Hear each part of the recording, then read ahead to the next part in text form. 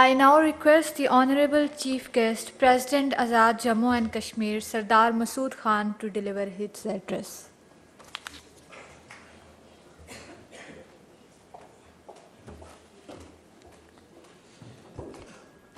Bismillah ar-Rahman ar-Rahim. Lieutenant General Nasser Janjua, former National Security Advisor, Lieutenant General Majid Ehsan, President, National Defense University, Dr. Asma Shakir Khawaja, author of the book that has been launched today, DG ISRA, Major General Shamrez Salik. Ladies and gentlemen, Assalamu alaikum. I had prepared some remarks last night, but I forgot to put them in the right pocket. And therefore, I call it politics of pockets.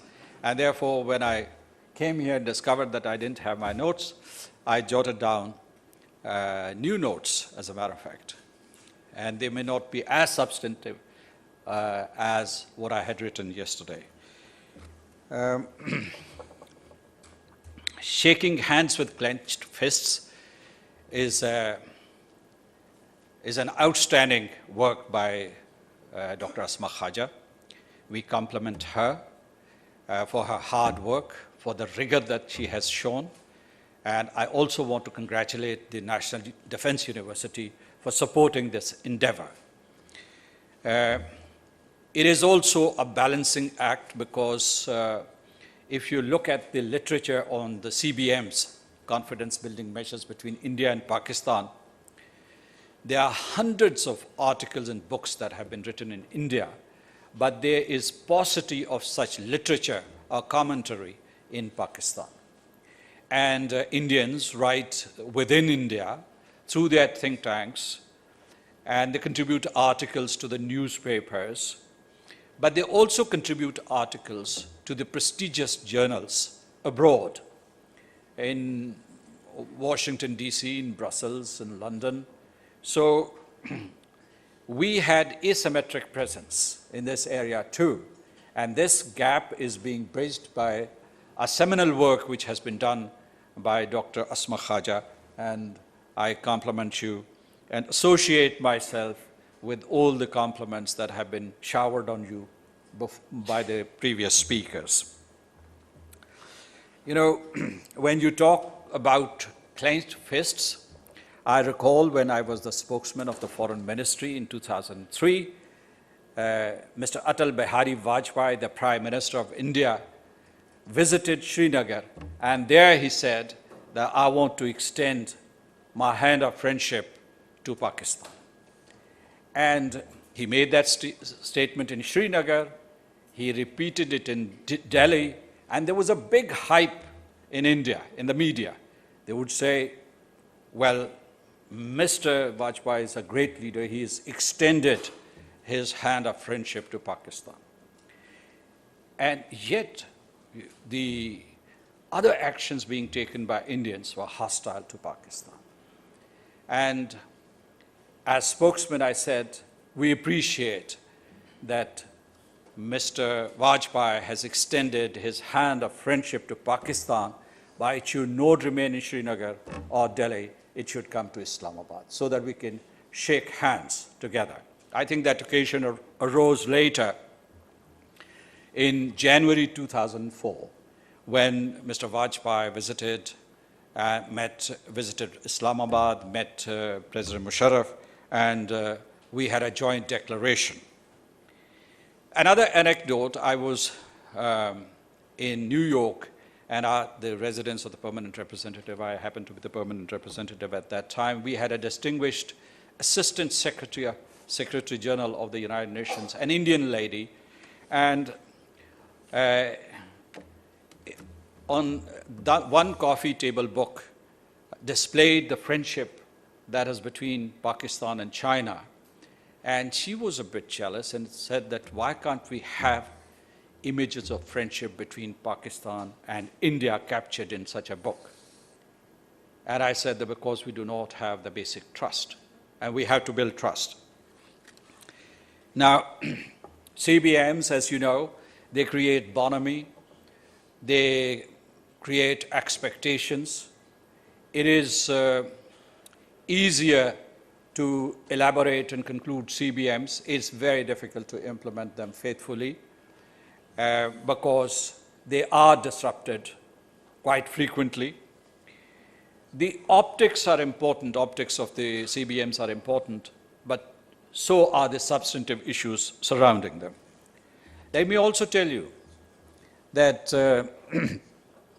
CBMs have a long history, and that history is Eurocentric because they stem from the efforts that were made in Europe in the interwar period, after the Second World War, and they have served a purpose. As far as the United Nations is concerned, their main purpose is to create conditions for peace, avert wars, and sustain peace. And in Europe, I referred to Europe earlier, Europe, there were two challenges. One was to keep West European nations together, because you would remember that Germany and France were hostile enemies during the Second World War. And so the challenge was to avoid recurrence of a conflict or recrudescence of a conflict. They had already made peace, but peace was fragile, and that's why they needed CBMs, confidence-building measures. They also had hostility and confrontation with the USSR and the Communist bloc, and that's why they conceived CSCE for confidence-building measures. They elaborated them in the Helsinki Accord, which was announced in 1975. So, challenges within to maintain and sustain peace and not to escalate tensions with the adversaries to the point that there would be a war, a devastating war involving nuclear weapons. Now, the reason I have mentioned these processes is because between India and Pakistan, the situation is different. We haven't made peace. We have some fundamental misunderstanding on a series of issues. So, in South Asia, we haven't made peace. We want to make peace. And we have some outstanding issues which have to be resolved. There is no peace in South Asia in the real sense of the word. I mean, by South Asia, I mean between India and Pakistan. We are searching for peace. This is a constant quest which has marked our history for the last 71 years. What are the issues which divide us? One is the Kashmir, the core issue. The other is the very genesis of Pakistan, which has not been accepted by many segments of population in India. Although Mr. Vajpayee came to Lahore and we signed the Lahore Accord and he went to Minar-e-Pakistan, but that lurking mistrust of Pakistan defines strategic thinking in many circles in India. There is also Pakistan's nuclear capability. India didn't believe that Pakistan would become a nuclear capable state, but when we did, first, we wanted to have a status of parity. We could have two nuclear states elaborating their nuclear CBMs. India traveled with us for some time, but then it separated. It said that I belong to a different category. And right now, all their effort would be directed towards weakening Pakistan's nuclear deterrent, whether it is through the development of their technology or through other means. And the last one is, there are many other factors, but the last one is Pakistan's rise as a nation, as an economic power, as a strategic and political power. And India's effort is to isolate Pakistan diplomatically all around the world. This is Prime Minister Narendra Modi's mission. And I'm not inventing this. Wherever he has gone, whenever he has talked to the leaders, whether they are in the Gulf region or whether he is talking to President Putin or President Xi Jinping or President Trump, he raises the question of Pakistan, and his effort is to isolate Pakistan diplomatically, globally. You know, as far as the CBMs are concerned, there's a mismatch of expectations.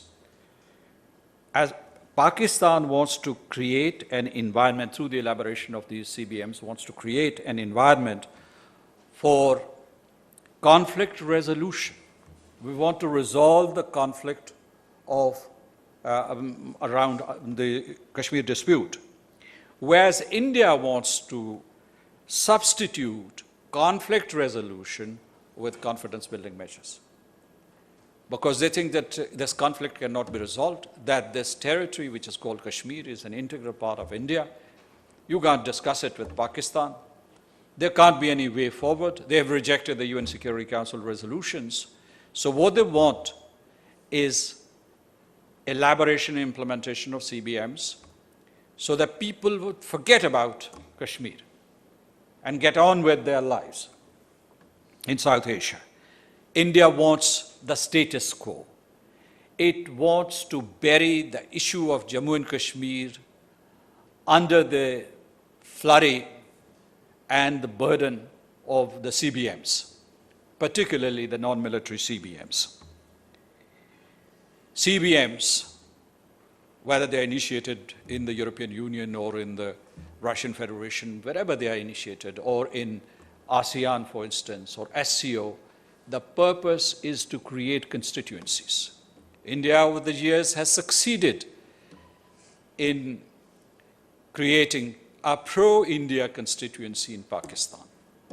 When there are these exchanges, people-to-people contacts, people are going to Mumbai to get roles in the movies there are cultural exchanges, there are media persons exchanges, then people tend to understand India's perspective, people in Pakistan. So, I mean, one of the purposes of these CBM is to build pressure from within Pakistan to make peace with India and to forget about Kashmir. Now,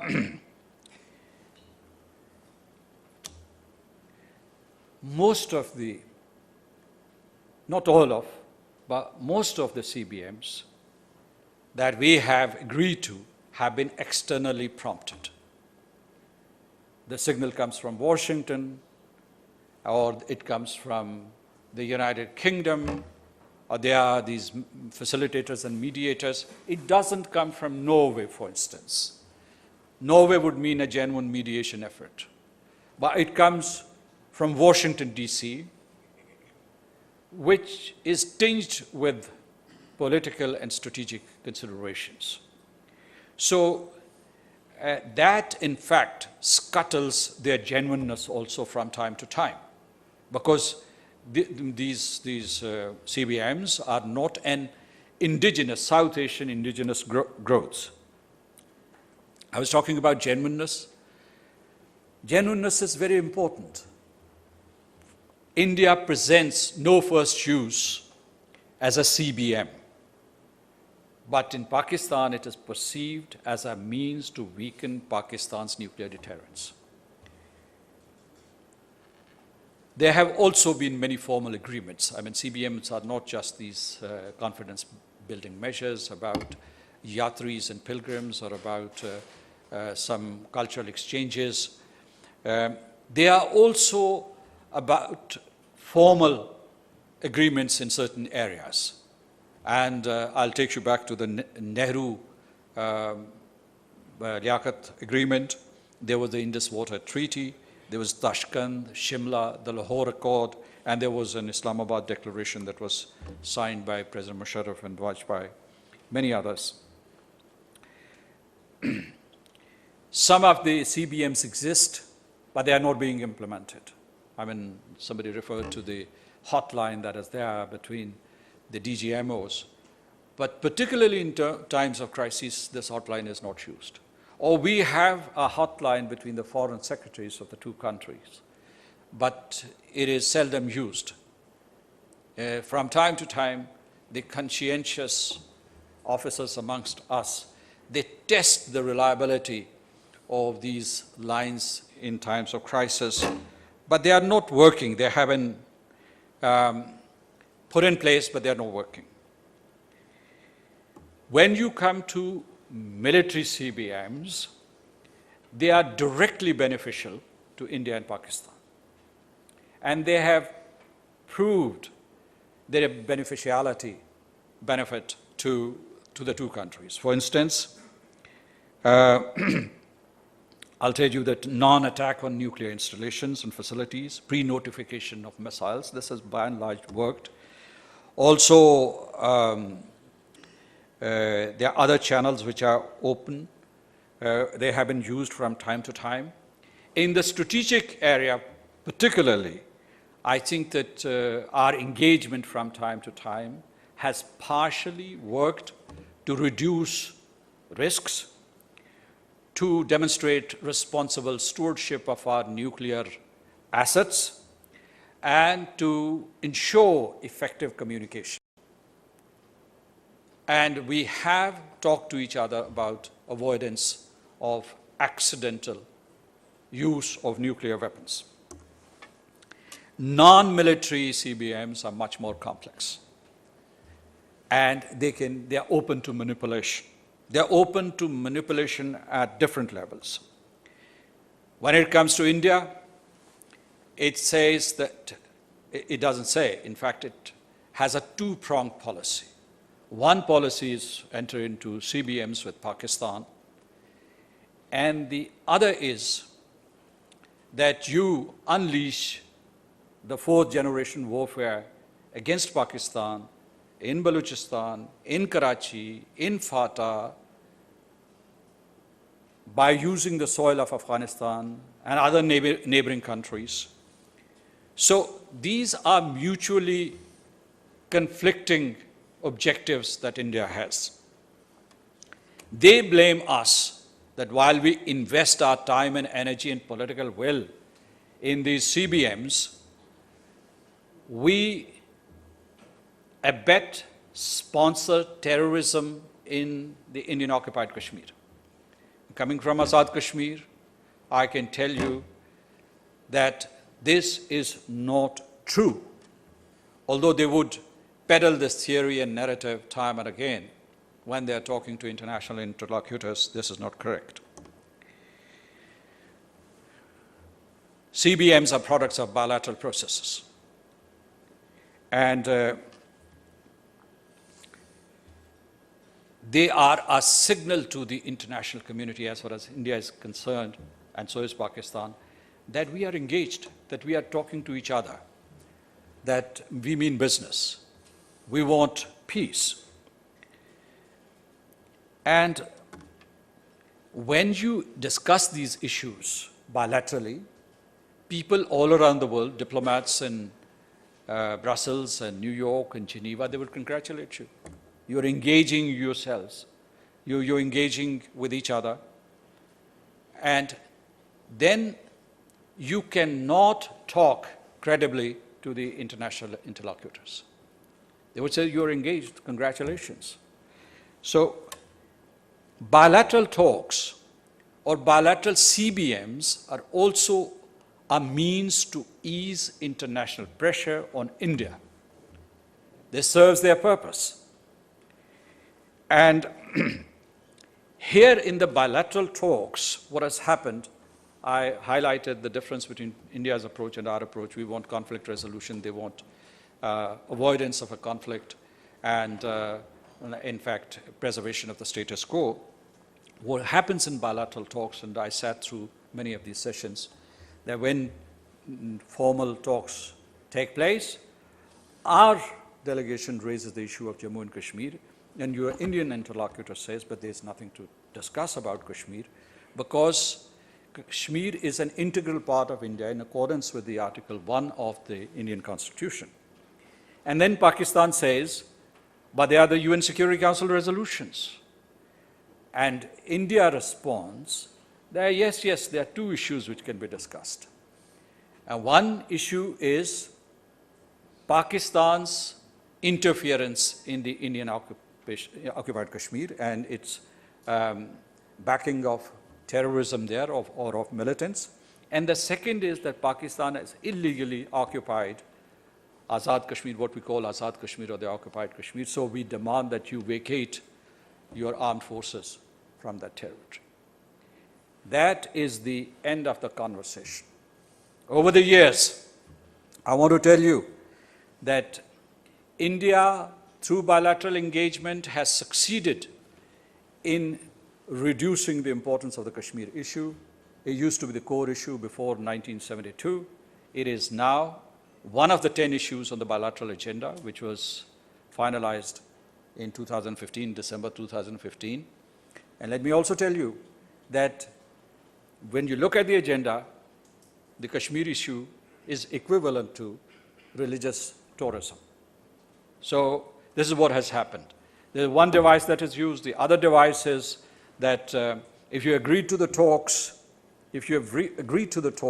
then they would scuttle those talks from time to time by accusing Pakistan of abetting terrorism. I'm coming to the very last points of my conversation with you. The situation in the Indian-occupied Kashmir is horrendous. Every day, young men are being gunned down. These young men are non-combatants. They are unarmed, and they are being killed in fake encounters. Yesterday, 3 young men were gunned down. And this reign of terror has been unleashed on Kashmiris since July 2016. Of course, Kashmiris have been giving their sacrifices for the past 75 years. But this latest phase in which, through the use of pellet guns, they have deprived Kashmiri youth of their eyesight. They have killed and maimed Kashmiris of all ages. There are enforced disappearances. There are extrajudicial killings. There are staged encounters. People are arrested arbitrarily, and then they are tortured in the detention centers in violation of all human rights and humanitarian treaties and conventions. Recently, the international community was absolutely, completely silent about the plight of the Kashmiris. But recently, the international community has broken its silence, and it has castigated and criticized the practices of Indian authorities and Indian occupation forces in the Indian-occupied Kashmir. The Office of the High Commissioner for Human Rights has published a 49-page report in which it meticulously records the excessive use of force, use of sexual violence against Kashmiri women as an instrument of war, and the entire list of killings and arbitrary detentions and torture. They've been recorded. They did it through remote monitoring because they were not allowed to visit Kashmir. There's a parliamentary group in the United Kingdom's Parliament. It is called All Parties Parliamentary Kashmir Group. It is headed by the distinguished MP, Chris Leslie. It is also going to bring out a report. What are the key recommendations? The key recommendations: 1, recognize and respect the right to self-determination of the people of Jammu and Kashmir, which is protected under international law. 2nd, the Office of the High Commissioner's report has called on the Human Rights Council to create a commission of inquiry, which would go to the Indian-occupied Kashmir and come to Azad Kashmir. We would welcome that commission of inquiry. And the 3rd is that the 2 black laws, or the draconian laws, one is Armed Forces Special Powers Act and the Public Safety Act, which have been called lawless laws by Amnesty International, should be repealed and rescinded because they enable and empower the occupation forces to commit crimes against humanity with complete impunity. They have been given immunity from prosecution. As far as Kashmiris are concerned, I bring this message from them. They are expressing their solidarity with Pakistan by giving their blood. And let me tell you that in their processions, in their political gatherings, the ones that they can manage despite all the restrictions imposed by India, they express their political solidarity with the state of Pakistan. They say that we are an integral part of Pakistan, not of India. Remember that. This is the message coming from Srinagar and Kupwara and Kulgam and Jammu, the whole territory of Jammu and Kargil. These are the messages that are being sent to the nation of Pakistan. They must listen to these messages attentively. My very last points. I would say, yes, to be a good international citizen, that CBMs are good. That we must invest in CBMs despite the challenges that we have. Yes, I would agree with General Nasser that we should not have animosity between India and Pakistan in perpetuity. But we must address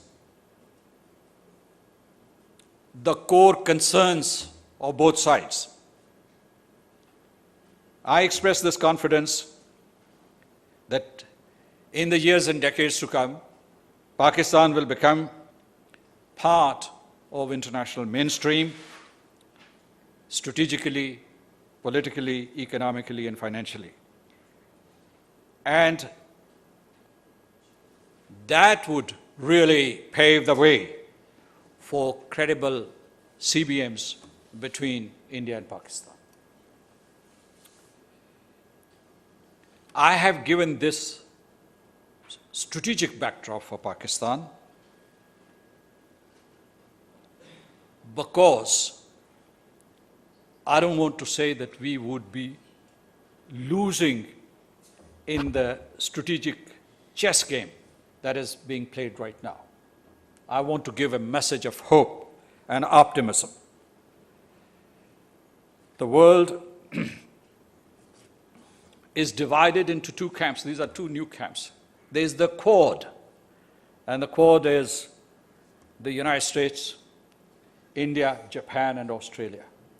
And they are opposing the philosophy behind the BRI, the Belt and Road Initiative. And they said that this is not going to work, and that's why they call China and Russia revisionists.